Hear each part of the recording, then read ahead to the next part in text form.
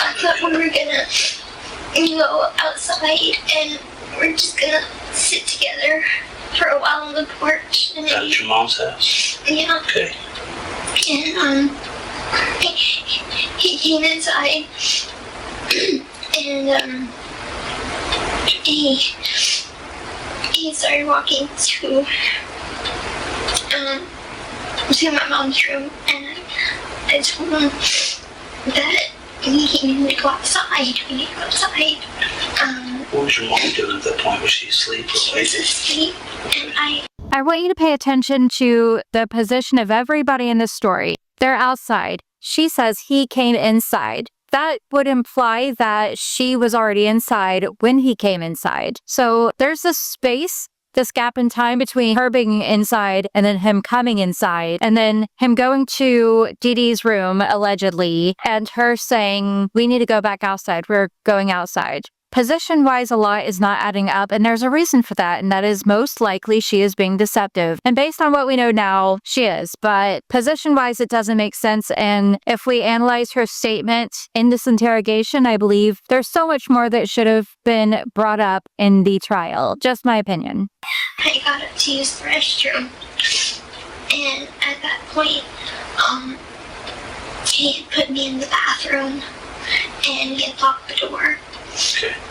And he went to my mom's room, and I heard her cry, and her my You heard your mom crying. You heard your mom crying, and you heard your mom calling out your name. Mm-hmm. She was screaming. So again, there's not a lot body language-wise I could say in this particular moment. There's still that barrier physically between herself and the interrogator when she has the blanket up. There's still the performative tears. No real tears. She's not even attempting to wipe her eyes. He's not offering her a tissue. She's not asking for one. It's very noisy. It's not natural. That aside, though, again, position-wise, a lot does not make sense. She says, I got up to go to the restroom, and then he put me in the bathroom. Well, if she was already headed towards the restroom, there would be no reason for him to physically put her there. So this is just adding to her victimhood narrative. This is for her further throwing Nick Godejohn under the bus, pretending that he locked her in the bathroom and then went and did something to her mom. Notice as well that we're not seeing a lot of change between, if you watched my prior video or you've seen this interrogation before, not seeing a lot of change in body language between this moment and prior, when she was being deceptive, when she admits to being deceptive, when the interrogator says she's being deceptive, and now when she is very evidently still being a bit deceptive. And he opened the door, and he was covered in his hand and he had cut himself with his finger. You know if it was his left hand or his right hand? It was, oh gosh, it was this hand. Okay. And, Hey kids, even though you always tease me for reading the menu with my phone light and say I never want dessert before eating half of yours, I can't. And what happened was, he commanded me to clean him up. Okay. And How did you do that? I cleaned things up with wipes. And With like what kind of? I want you to notice her arms are crossed. You can tell that much under this blanket here. Again, this is a physical barrier. It's protective. She's obviously uncomfortable, and the entire point of this interrogator being this close to her is a technique to apply pressure to get a suspect to be more honest, to be more open, so that things are sped up, they can get out of there, everything. They're just not cornered in this position anymore. So that is the purpose of this technique. So she has that physical barrier over her. This blanket and her arms crossed, it's protection. Then at one point, the interrogator asks her a question and she starts to trail off a bit there. And that is an indication of deception there, because she doesn't want to fully say what she's saying, because she knows that this is not honesty. She doesn't want to fully say what she's about to tell this interrogator, because she knows this is not what took place, that she did not in fact clean up. And it doesn't make sense anyway, because she had told people that she was squeamish. She did say she was squeamish. That was her reason behind having Nick Godejohn do this in the first place. But she's here telling this interrogator she's cleaning up all this blood and things that she would not be able to actually do. She were actually squeamish. But she trails off there, not exactly fully confront that information that we know is not entirely true. So her not wanting to fully directly tell us what took place, because this is not honesty. This is deception here. I'm going to say allegedly, and she's turning away, not fully confronting the interrogator in this particular part. All indications of deception here. He commanded me to clean him up. Okay. And How did you do that? I cleaned things up with wet wipes and With like what kind of wipes? baby wipes. Baby wipes? Okay. What did you do with those baby wipes? I threw it Like in the bathroom trash? Or in the garbage.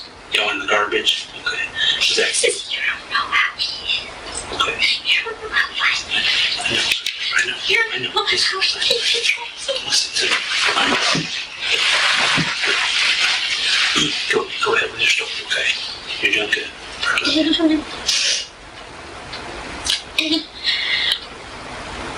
So again, she goes into performance where she's pretending to be afraid of Nick. Now we're seeing her pretend to be afraid, which is interesting because we didn't see that prior to this. If she had been actually afraid of Nick Godejohn, and he was a scary, terrifying guy that was hurting her, that had intentions of hurting her, we would have heard that prior to this when she first brought him up. But now we see her trying to throw him under the bus, trying to make sure she's the victim in the story and Nick's the bad guy. And suddenly we're seeing her go into performance mode where she thinks this is what someone who is afraid would sound like. And those shakes and disbelief are not natural. Again, something I believe she has seen possibly on a TV show, on a horror movie, not someone naturally afraid. Her eyebrows aren't up. You're just hearing her whisper and shake her head the way you might see in a movie. And this is where the interrogator, again, moves forward, applies more pressure. He sees her trying to get out of this, and he needs more confessions from her. He needs more information from her. He moves in to applying more pressure. I was in shock. And then he took me to my bedroom. And he made me take off all my toys off the bed. So it made you take all your toys off your bed? Okay. And he raped me. Didn't he raped you? And then after he was finished, he made me grab my bag. And Grab your bag? grab my bag to pack stuff. Okay. What was in the backpack? Stuff like soap and things. Clothes. He picked out clothes. Again, I believe all of this is all intentional with her. With the type of person we know she is now, she is very manipulative. She has admitted to being manipulative. And I believe we're seeing a lot of that right here. Again, we have that draped over blanket as if she's wounded, as if she's hurt. And then you're hearing these extra details that really don't matter, that indicate deception, but also really play into that victimhood narrative. Along with that tiny childlike voice, she again is making sure she is viewed as innocent here by bringing up, he made me move the toys off the bed. That's really not entirely relevant, not something someone who is a victim of such a thing she is now accusing Nick of would bring up. It's just extraneous, and that is an indication of deception, adding in those extra details to really play up that story. In this case, to really play up that victimhood narrative, making herself seem childlike and innocent, and Nick to be this monster that was doing something horrific to this childlike victim. And again, had he been this actual terror prior to this, she would have acted this way at the beginning when she was first bringing up Nick Godejohn. She would have just directly came out and said, look, he is terrifying. This is what happened. Now, I'm going to say allegedly, not always. There are some circumstances where a victim might protect someone who has done something like this to them. But we do know based on current information that Gypsy is in particular manipulative. She does display traits of antisocial personality disorder. She's involved in a very horrific crime, and there's evidence that she is more attached to it. And this is not the type of person that would avoid throwing someone under the bus to absolve themselves of accountability.